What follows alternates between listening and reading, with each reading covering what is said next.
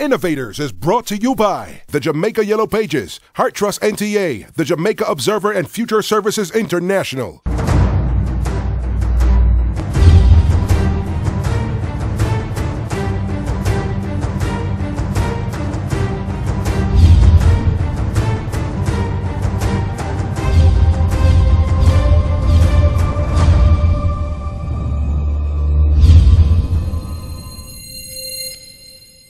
Meet the Innovators, Yannick Page and Gary McLean. Over the next several weeks, they'll be helping aspiring and struggling entrepreneurs to make more money.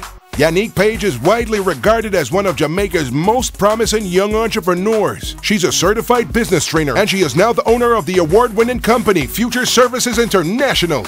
Gary McLean is the co-founder and director of Newstone Limited. This successful entrepreneur is also the co-founder of KLE Group, owners and operators of Fiction Lounge and Usain Bolt's Tracks and Records. This week, they will be joined by two guest innovators, Samuel Coates and Laddie and Wade. Alright, Yannick, Sam, our assignment today is Errol McLean. He's a furniture manufacturer and he needs some help. He loves what he does, but let's learn a little bit more about him and see what we can tell him.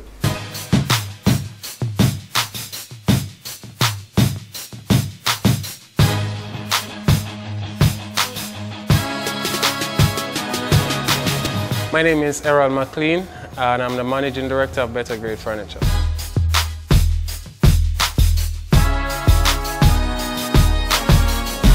We do basically household furniture, you know, dresser, beds, entertainment centers, dining sets. You know, once it's out of wood and it's household furniture, we make it. Office furniture as well, such as desks and bookshelves.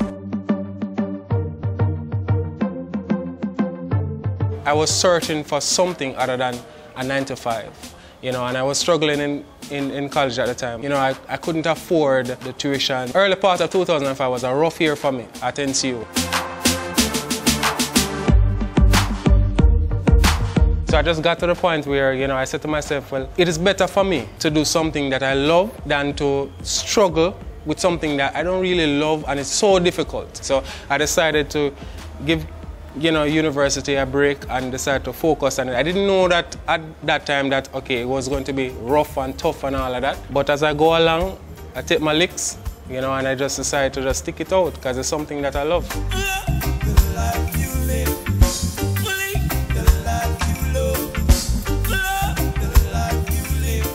There's so much to love about furniture manufacturing. Anything in life, once you get to understand it, I mean, there's so much to love. Yes, the dust is a nuisance to a lot of people, but you know, I get used to it. The act of doing it is what really keeps me going, despite the hardship and the struggles and all of that. I just love the thing. I just love the whole process of building the piece, from going to the lumber yard, picking out the boards, to shaping everything into what it's supposed to be. Many rivers to cross, but I can't seem to find my way over. There are many challenges I'm currently facing.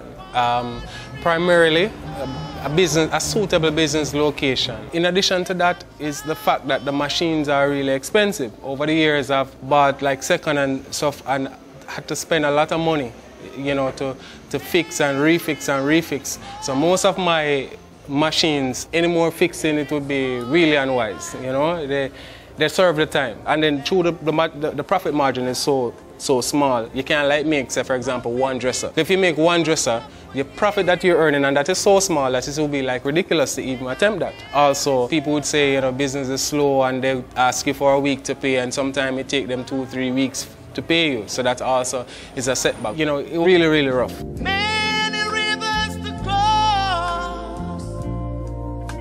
All right, let's meet Errol. Going into the Innovators, I'm a little bit nervous, but I look forward to the opportunity for as much advice as I possibly can get, and I'm just looking forward to applying all the advice that I can get today and onward. Errol, how are you doing? I'm doing all right. A little nervous, but you know, I'm okay. So tell us a bit about the furniture manufacturing. Well, furniture manufacturing is basically custom made. So people just let us know what they want and how they want. So let me ask you something. Typically, who are your customers? Where do they come from? How do you get them? Well, typically, most of our customers are basically from a wide range of places, but mostly through the stores, the little stores that you see downtown, the certain people's stores and stuff. Sometimes they would call us and buy it directly from us and then sell it back to their customers, or they will send the customer directly to us. Apart from that is family, friends of family, people I meet in the supermarket, people I meet in the wholesale, people I meet in the hardware. It doesn't matter. I try to let people know what I do wherever I go. Do you specialize or you just make everything? Well, specialize in household furniture mostly, but a little bit of office furniture just the same. With the exception of the carving and the turning and stuff like that, I can do everything really well. The carving and stuff like that, you outsource those things. Where do you get your training? Training mostly is from my father. My father has been in it for most of his life, so I grew up experiencing the whole thing. Do you collect a deposit before you start working? Usually I would ask for 50%, which wouldn't really cover, based on the markup, 50% don't really cover the production of the thing. So there's still, even if a customer comes in and paid on 50%, I would still have to find money to finish the item, because the 50%. And that's where you're going wrong. First of all, I mean, you must at least cover the cost of the material at minimum. But also there are other factors, there are other cost factors such as the production cost of overheads and all that, and that must be factored in. So by the time you produce that item, deliver it at 50%, you're behind the eighth ball because you're in a deficit position. Have you considered using technology in your business? Well, I do try to incorporate technology. I have a number of friends that's in that area, and I would ask them for assistance. Coming up on The Innovators. This place actually belongs to my father. It is his workshop. So I just basically catch with him then.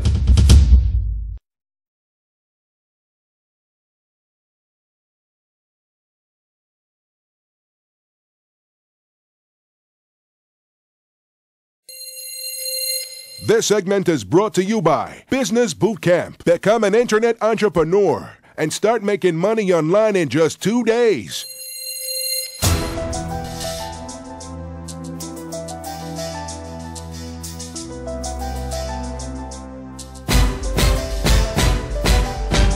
Errol, how many people work with you? Right now, I don't have no full-time employees. I just employ piece workers. So I need something to sand, I call in a sander man to sand it. I need something to spray, I call in a spray man to sand it. As well as any other thing I need to do, I just call in somebody, they do it, and when they finish, then I pay them. If I come in and order from you a bedroom set, just typically what people order, that's very popular, right? How long would it take you? I come in, I tell you what I want, I pay my 50% deposit today. How long thereafter does it take you to produce and deliver? It depends on the type of material that you'd want it out of. But let's say, for example, you want it out of, say, bitterwood, for example, which is readily available this time of the year. It will take anywhere from 2.5 to 3 weeks, depending on the design and all that. But a really simple design from, say, another board, like say Superboard, for example, MDF, but not many people want that. That will take less time, like a week and a half. In the short term, just basically be able to deliver the products on time. What else are you hoping for in the short term? In the short term, I would like to have at least 2 full-time employees. But that's not your dream. Is not to have 2 employees. Your dream is to be to be yeah, definitely. But in the short term, you know. But I mean, going beyond that, I really would like to say go into the export market. What we're gonna do now is we've heard what you have to say, and we think we have a good understanding of where you are, the challenges that you're facing, and we just want a little time to have a discussion and to strategize for how to help you grow your business. Your ultimate aim here today is to make more money. Exactly. And we're gonna give us an opportunity to work on that, and we'll see you back here in a little while. I can't really work from home because of the noise nuisance. I will be a nuisance to back to my neighbors.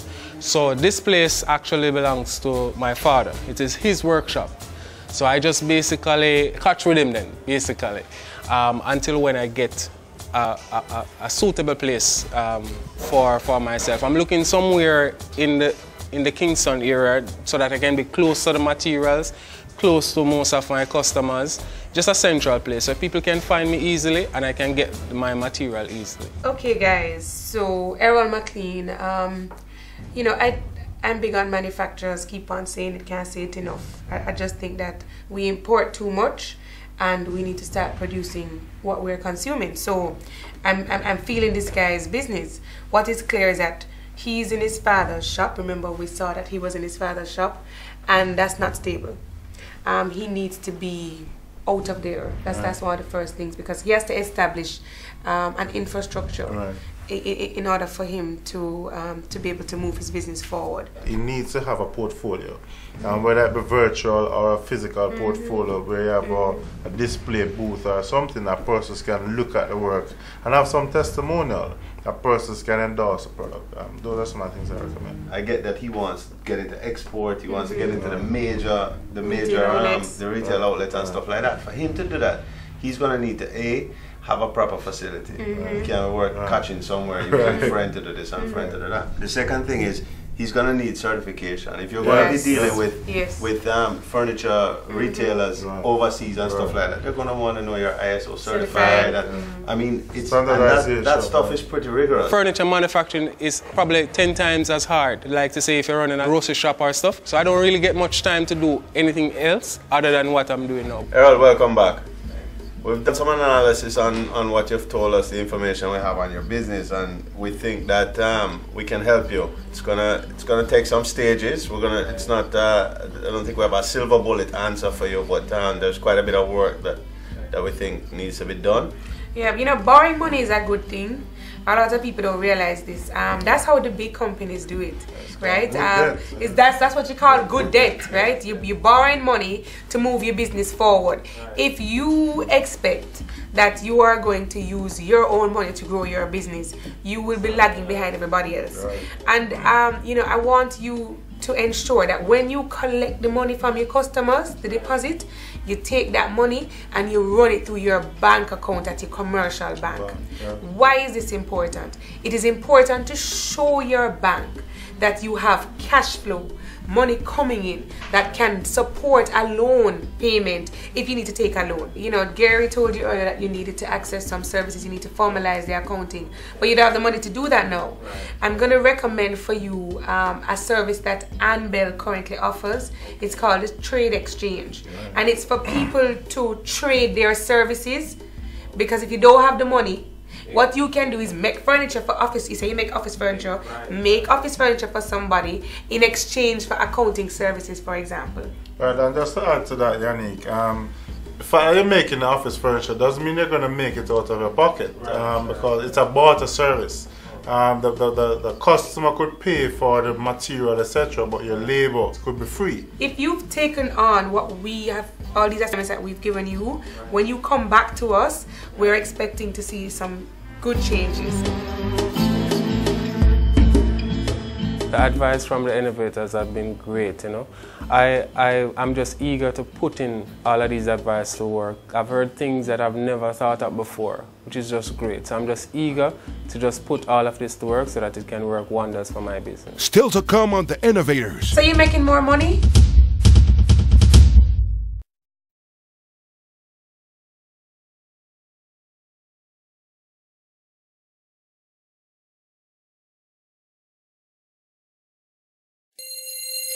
This segment is brought to you by BH Paints, the Caribbean champions of color. If you've taken on what we have, all these assignments that we've given you, when you come back to us, we're expecting to see some good changes. Armed with all the instructions, it's time to go off on the assignments.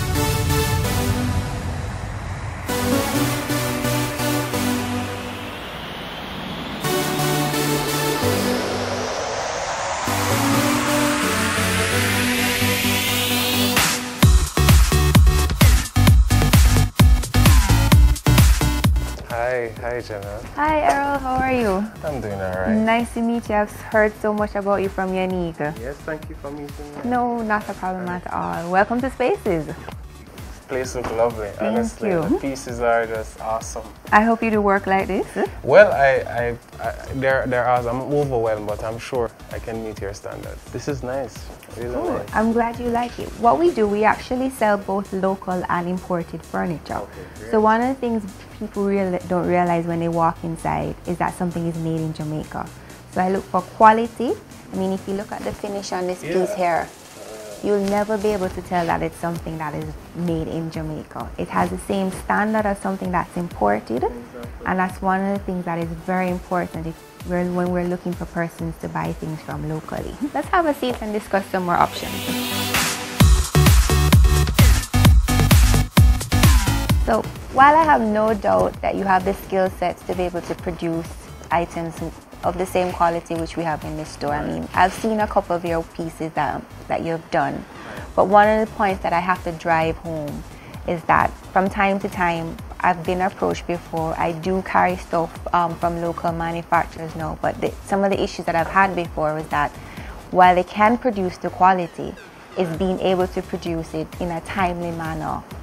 And that's an issue that I have, that we have to drive home, that if you undertake to go into a business relationship with us, that you will have to be able to produce the goods when we say that we need them. You can't be shifting and saying, okay, it's going to take 2 weeks, and 2 weeks turn into 4 weeks, and 4 weeks turn into 6 weeks. I can't turn around and say to my customers, oh well, and make up excuses. That's not the type of operation we run here at Spaces. So if you can get all three things right, quality, be consistent, and deliver in a timely manner, then the sky's the limit for you. Your complaint is a complaint of many retailers. Well, what I'm trying to do, what I've put in place actually, is to have a step-by-step procedure for each pieces.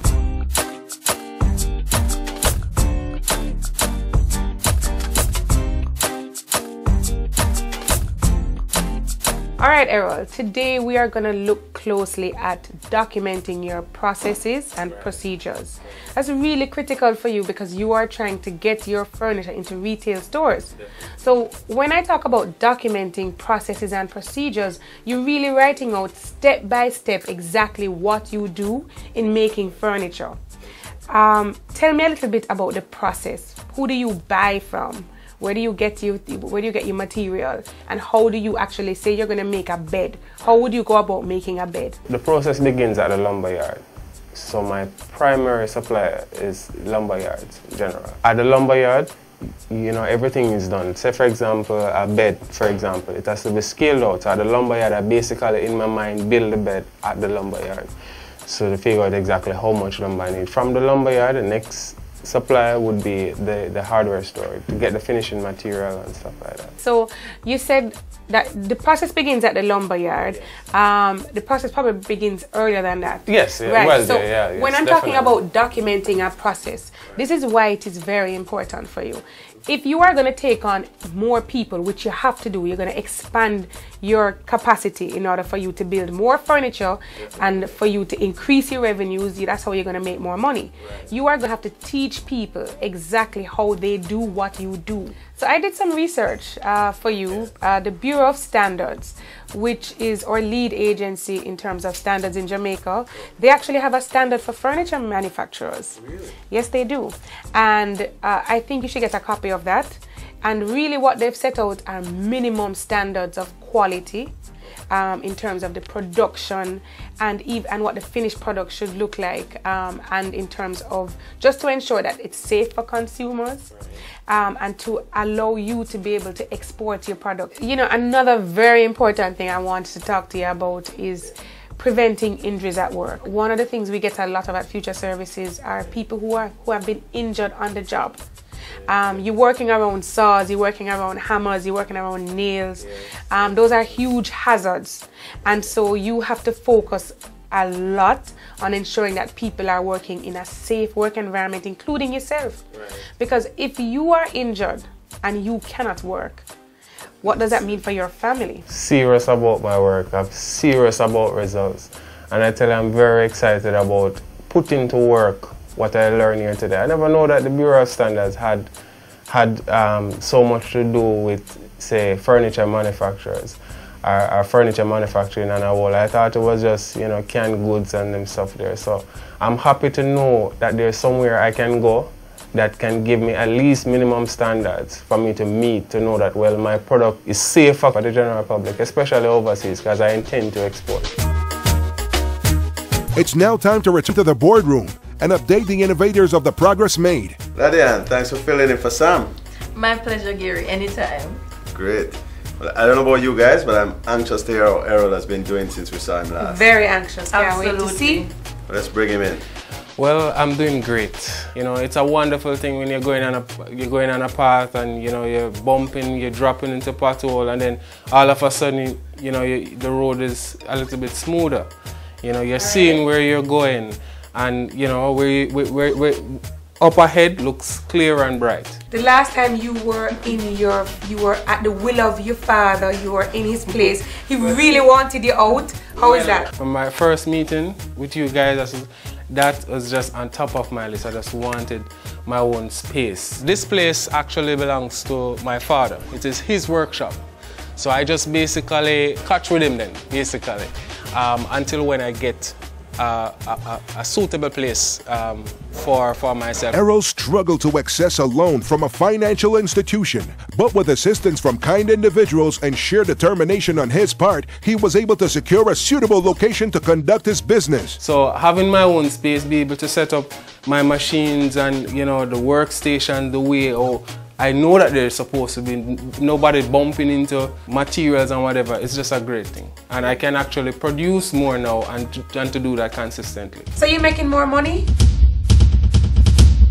I'm not making a lot more, but I'm making more. And I can see down the road much, much more. Just how I'm able to help my family, you know, it's a wonderful thing. I don't have to look at my wife to say, okay, you're going to have to cover this bill or cover this. I can cover it. And in making more money, Errol, have you formalized that relationship with the bank? Whatever I collect from my customer as down payment towards what they want, it goes through the bank. So the first stop after I collect is to the bank.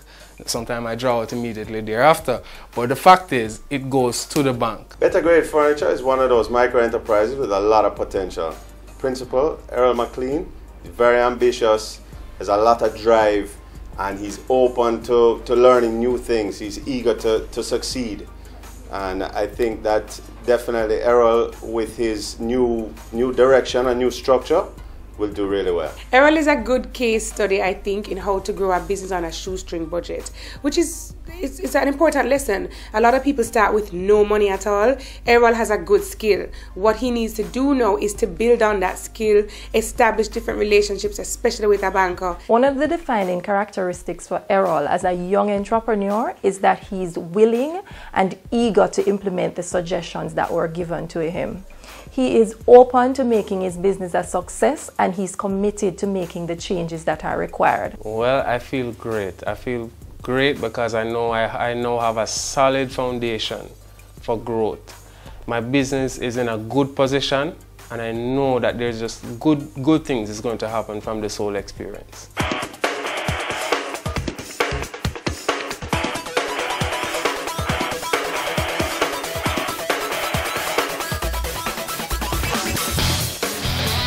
Gary's wardrobe was provided by Max Brown Limited. Makeup was provided by Hart College of Beauty Services. The boardroom was provided by Anbel Limited. Anbel, our technology keeps you in contact.